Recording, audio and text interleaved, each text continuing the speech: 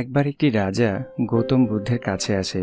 আর গৌতম বুদ্ধের আশ্রমে তখন অনেক ভিড় ছিল। রাজা গৌতম বুদ্ধকে বলে যে আমি আপনার সঙ্গে একটু কথা বলতে চাই। এরপর গৌতম বুদ্ধ বলেন, আপনার যা কিছু বলার এখানেই বলুন। তখন রাজা বলে, আমি রাজ্যের রাজা, আপনি আমার এই সামান্য অনুরোধটা রাখবেন না? তখন গৌতম বুদ্ধ বলেন, সব জায়গায় একান্ত, তাই যা কিছু বলার আপনি এখানেই বলুন। এরপর রাজা বলে, আমি সন্ন্যাস নিতে চাই। এটা শুনে বুদ্ধ বলে, আপনি কেন সন্ন্যাস নিতে চান? তখন রাজা বলে, আমি লোভ লালসা হিংসা থেকে মুক্তি পেতে চাই, জীবনে শান্তি পেতে চাই। এরপর গৌতম বুদ্ধ বলেন, আমি আপনাকে শিক্ষা দেবার আগে আমার একটি শর্ত পালন করতে হবে।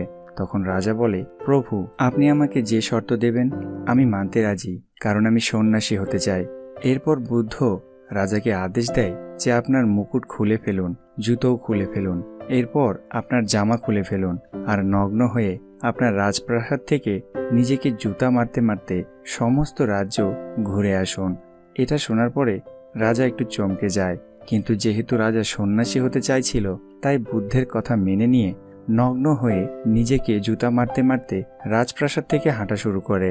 রাজা আশ্রম থেকে চলে যাওয়ার পরে বাকি শিষ্যরা বুদ্ধকে জিজ্ঞাসা করে যে, প্রভু, যখন আমরা শিক্ষা নিতে এসেছিলাম তখন তো আপনি এত কঠিন শর্ত আমাদেরকে দেননি। তাছাড়া আপনি তো সবার উপরে দয়া দেখান, তাহলে রাজার সাথে কেন এত কঠিন ব্যবহার করলেন? তখন বুদ্ধ বলেন, যখন তোমরা সন্ন্যাসী হতে এসেছিলে তখন তোমাদের অহংকার খুব বেশি বড় ছিল না, তাই তোমাদের কেবল ভিক্ষা করিয়েই কাজ হয়ে গেছে।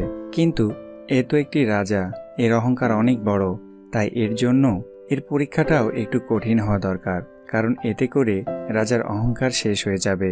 রাজা সন্ধ্যের সময় শর্ত পূরণ করে আর আশ্রমে এসে পৌঁছায়, আর গৌতম বুদ্ধের পায়ের কাছে বসে বলে, প্রভু, এবার তো আমাকে শিক্ষা দিন এবং আমাকে সন্ন্যাসী তৈরি করুন। এরপর গৌতম বুদ্ধ রাজার মাথায় মুকুট পরিয়ে দেন আর বলেন, এখন আপনাকে আর সন্ন্যাস নেওয়ার কোনো দরকার নেই, আপনি যান আর সন্ন্যাসী হওয়ার চিন্তা ছেড়ে দিয়ে মানুষের সেবা করে রাজ্য পরিচালনা করুন।